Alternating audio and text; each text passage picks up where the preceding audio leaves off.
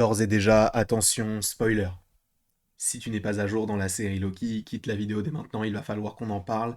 Il le faut, parce que j'ai vu l'épisode une nouvelle fois, là, avec ma maman. Et j'ai tellement de questions, donc attention, spoiler, bien sûr.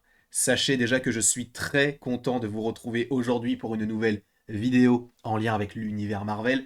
Sachez qu'il y a la critique de l'épisode 4 qui est déjà sortie si vous le voulez. J'ai bugué. Mais on continue, frérot. Pardon, j'ai... Ah, les écouteurs. Ah, y a rien qui va. J'aime pas ma casquette. J'aime pas la forme qu'elle a. Je suis désolé. Je l'avais non extériorisé. J'aime bien le petit logo, mais la forme, je sais pas, j'ai l'impression d'être un facteur. Bref, aujourd'hui, on va parler de la fin de l'épisode 4. Donc encore une fois, attention, spoiler. Mais qu'est-ce qu'il se passe? Qu'est-ce qu'on nous dévoile à la fin de cet épisode-là? Qu'est-ce qu'on veut nous montrer? Qu'est-ce qu'on nous dit? On nous dit tout le monde meurt. Tout le monde meurt. Est-ce vrai? Est-ce faux? Bien sûr que c'est faux. Mais ce qui est déjà intéressant à analyser, c'est que le seul personnage qu'on peut estimer être décédé dans cet épisode-là, c'est lui, Victor Timely. 3 fois qu'on voit un Kang, 3 fois qu'il meurt. C'est quand même fou, sachant que lui, c'est une version plus gentille, c'est un personnage qui va aider notamment la TVA, le côté Ouroboros avec Ouroboros. Moi, je trouve que c'est plutôt intéressant d'avoir évoqué cela de cette manière-là avec ce Kang-là, mais que s'est-il passé? Qu'est-ce qu'on voulait nous montrer dans cet épisode-là? Déjà, il faut revenir sur un point central, c'est que ce n'est pas la première fois que Marvel fait ce genre de choses, et ce qui est marrant, c'est que c'est entre guillemets calqué par rapport à la saison 1. Je m'explique. Je ne sais pas si vous vous en souvenez, mais dans la saison 1, on avait un épisode où on avait une sorte de finalité dès l'épisode 4. Mais au-delà de ça, revenons même sur l'histoire de la saison 1 et comparons avec la saison 2. Épisode 1, on découvre la TVA, on essaye de poser les bases sur les nouveaux, ou en tout cas les nouvelles notions qu'on a. C'est exactement la même chose dans l'épisode 1 de la saison 1 et dans l'épisode 1 de la saison 2. Épisode 2 des deux saisons, on sort. C'est-à-dire que d'un côté, on va aller, on va en tout cas essayer de comprendre comment est-ce que le variant malveillant, qui est donc Sylvie, se cache, donc à travers des apocalypses ou ce genre de choses. Dans l'épisode 2, on essaye de retrouver pas des variants, mais en tout cas des agents de la TVA qui vont élaguer les branches du flux éternel temporel. Donc on sort à nouveau. Similaire entre les deux saisons. Épisode 3.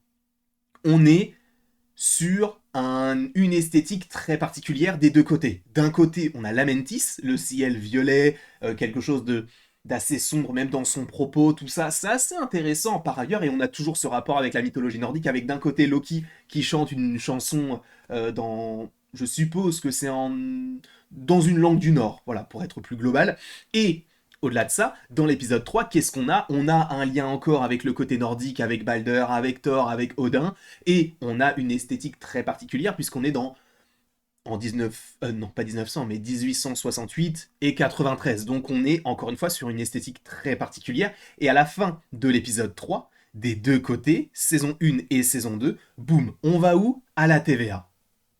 Encore une fois, c'est la même chose. Et là, c'est pire.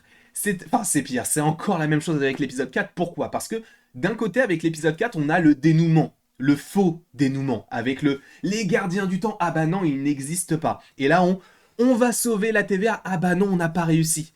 Et du coup, dans les deux cas, on simule la mort de Loki. Parce que dans un premier temps, dans la saison 1, on fait comme si Loki avait été effacé, et donc on peut supposer qu'il est mort, sauf que on découvre dans une scène post-générique qu'il est allé dans le néant, avec Void, avec tous ses variants. Et en plus, d'un autre côté, du côté de la saison 2, on a le flux éternel temporel qui explose et qui semble détruire la TVA. Peut-être que ça l'a fait, mais on suppose que Loki, encore une fois, est mort. Donc vous voyez un petit peu les similitudes entre la saison 1 et la saison 2.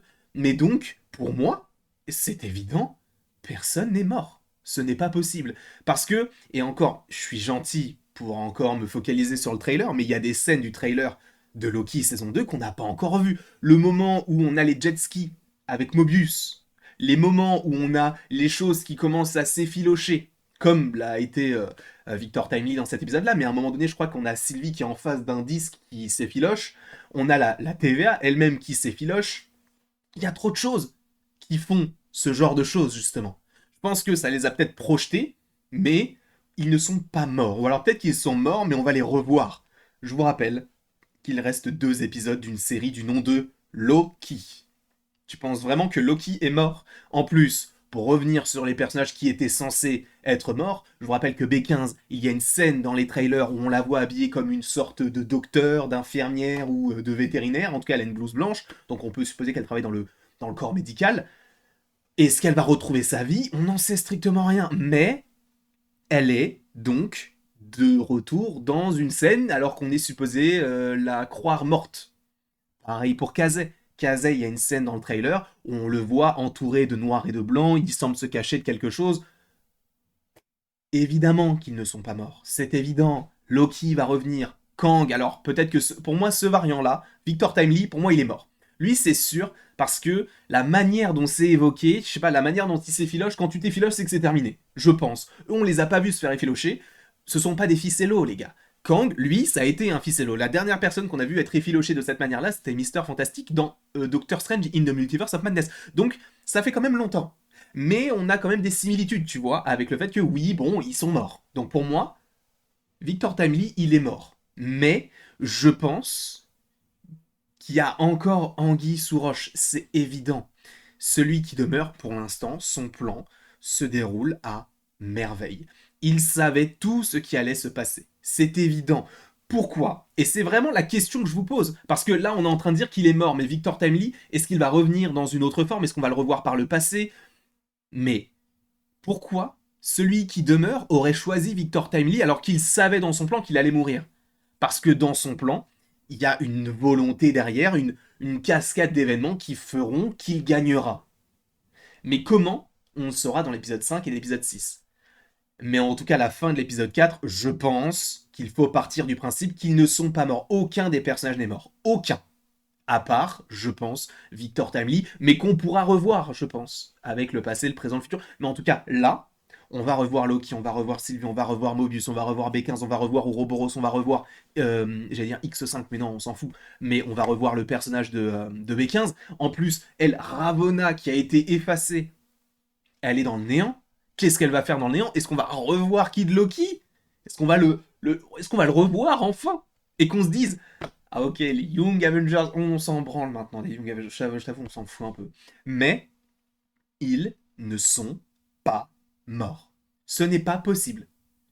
Ou alors, ce sont d'autres variants, parce que je vous rappelle encore une fois qu'il y a d'autres scènes très intéressantes. C'est-à-dire qu'on a une scène où Loki est en face d'un autre Loki qui lit le manuel de la TVA, et l'autre Loki qui est derrière, enfin pas il s'élague, mais il se contorsionne, et du coup il bug, comme dans Cross the Spider-Verse. Bien sûr qu'il y a encore énormément de choses qu'on n'a pas vues. Je pense qu'il y aura des surprises, enfin, peut-être pas, mais en tout cas, des choses qui vont nous retourner un peu le cerveau, comme là, ça a été le cas, parce que vraiment, les gars, qu'on se le dise, on a tous été comme ça à la fin de l'épisode.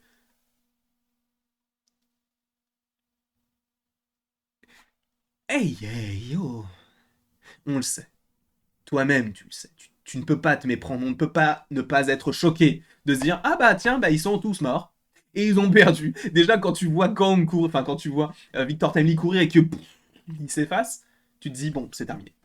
C'est terminé, c'est bon, on plie bagage, ils ont perdu.